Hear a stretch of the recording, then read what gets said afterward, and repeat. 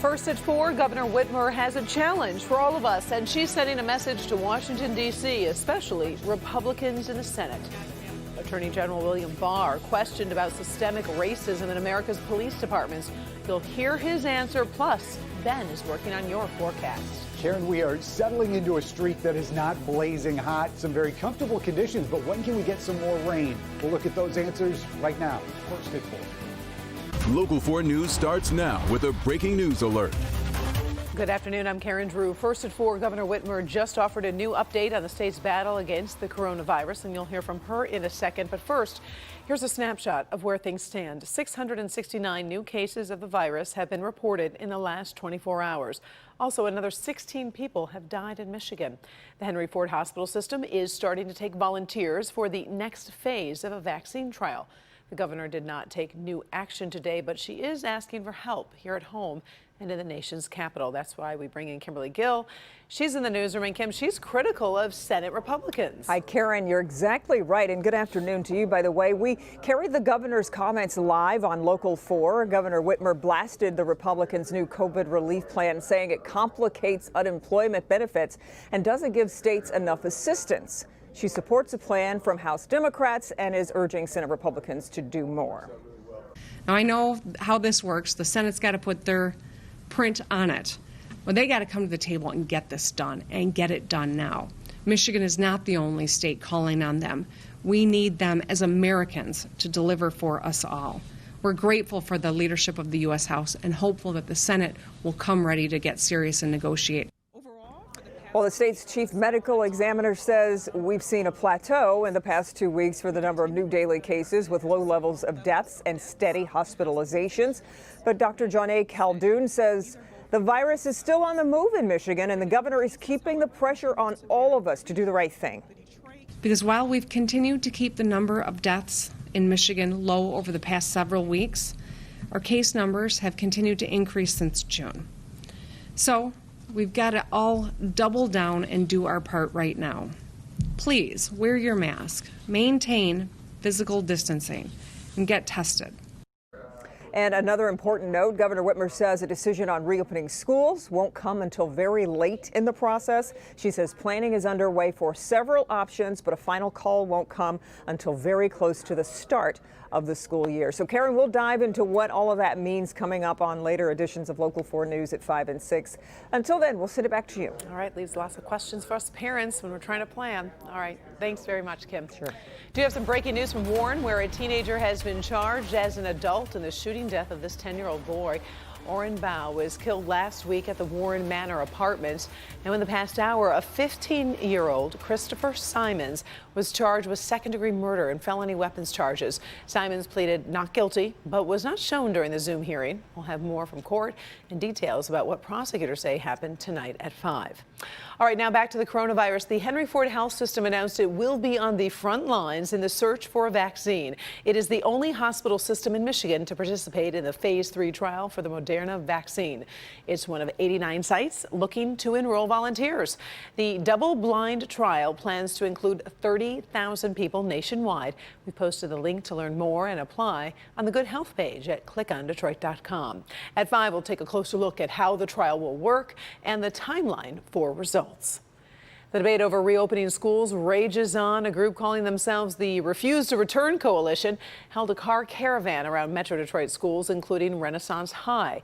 They're demanding schools remain closed until counties report no new cases of COVID-19 for at least 14 days. Also, the Detroit Federation of Teachers has sent a list of demands. The Detroit district, they believe remote learning is necessary. At this particular moment, we believe that it's unsafe for our students and our staff to start school in the fall. And we are urging the school district to begin the school year in an online learning platform. We believe that this is the safest way to do it. Detroit Superintendent Dr. Vitti issued a response saying the school board and the health department approved the district's current reopening plan. He also asked the union if they were willing to risk losing state and federal funding by not holding in-person classes. Dr. Vitti also says he's willing to meet again to discuss how the plan can be improved. Feels pretty nice outside. That humidity's gone. I think we'll definitely be able to enjoy a pretty pleasant evening. Let's send it over to Ben to see what we can expect. Hey, Ben. Yeah, Karen, that was the difference between yesterday and today. The temperatures were very similar, but that humidity drop made all the difference in the world. And of course, the sunshine always helps out too. But we do have a couple clouds hanging around, non-threatening type there over Detroit. And there are your temperatures, mid-80s. We do have a noticeable breeze out there at about 10 to 15 miles an hour, but that air is very dry. You can see that there are a couple showers that we've been watching coming out of the Saginaw Bay. So we may have seen a couple sprinkles there in northern Sanilac County earlier today, but generally we're going to stay dry until after midnight. We do have a chance of rain coming tonight and into tomorrow. We'll look at how much rain we're actually expecting from that and a better shot for the weekend all in a few minutes. Karen? All right. Thank you, Ben. Attorney General William Barr is defending his Justice Department against aggressive questioning from Democrats on Capitol Hill. Republicans on the Judiciary Committee are coming to his defense. Now, the first issue is the Attorney General working on the president's behalf. In this Justice Department, the president's enemies will be punished and his friends will be protected, no matter the cost to liberty, no matter the cost to justice. So, Mr. Attorney General, I want to thank you for having the courage to call it what it was, spying. I want to thank you for having the courage to say we're going to get the politics out of the Department of Justice that was there in the previous administration. Now, another key line of questioning had focused on the federal government's response to protests across the country demanding change in law enforcement. Here's what Barr says about the Trump administration's efforts to end systemic racism. To the extent there is racism in any of our institutions in this country and the police, then obviously this administration will fully enforce this. So you agree that there may be systemic racism? To the extent, in where? Let me continue my line of questioning. I don't agree that there's systemic racism in the police department. Specifically, generally in this country. Barr also defended aggressive law enforcement used to deal with some protests, saying, quote, violent rioters and anarchists have hijacked legitimate protests. We'll have more from the hearing when you join us tonight at 5:30. Well, we've seen a lot of challenges thrown our way in 2020. First of all, we'd like to take a break from the gloom and the doom to bring you a story of hope. Today, Paula Tutman introduces us to a woman whose path has taken her from real estate success to federal prison. But that sentence wasn't the ending of her story. It was the beginning of new inspiration we can all learn from. Practice positivity. Certainly easier said than done if you still have a job, you still get a paycheck and can pay your bills. You don't know anyone who has gotten sick or died from COVID, you are able to tread water. But if you can't check any of those boxes, what then? How on earth do you keep the year 2020 from simply just swallowing you whole? The sizzle reel is not about a rock star or rap star, but the other R word, real estate star. Annetta Powell calls herself a serial entrepreneur with a record and a rap sheet.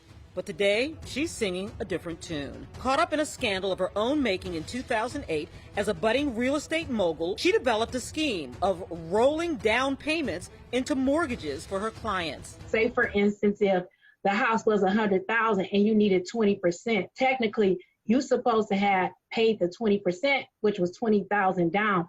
But actually, I structured the deal to where I paid the 20%. She made a fortune flipping properties with a side of fraud. I was paying the down payments because it sped up the flip process. But then the feds caught her. On her way to federal prison, Annetta started formulating her survival route and comeback. I went to prison with a strategy. I wrote a list of 100 books, personal development books, things that's going to help me enhance my life. When I came home, I was smarter than I was when I went in there. She believes as bad as it is, there is a way back. But it often has to start when you think there's no hope left. I couldn't do nothing about me going to prison. So what I was going to do? Just sit there and mope? No. I said, you know what? Ain't nothing I can do about it. I have to keep moving forward in life. I reinvented myself and I moved forward. So to me, it's all about keeping positive things in front of you. Her message, to find the superhuman strength within you necessary to beat back the gravity of your situation that's weighing you down. Today, she's left behind that rap sheet and gone back to real estate, building numerous revenue streams. One company is Infinity Properties Group. I have the tax experts. I own a party bus company called Bliss Luxury Rentals and the Wealth Connect. Her real estate company alone has sold more than 600 properties to the tune of $50 million. You have to talk to yourself. You got to be your own cheerleader.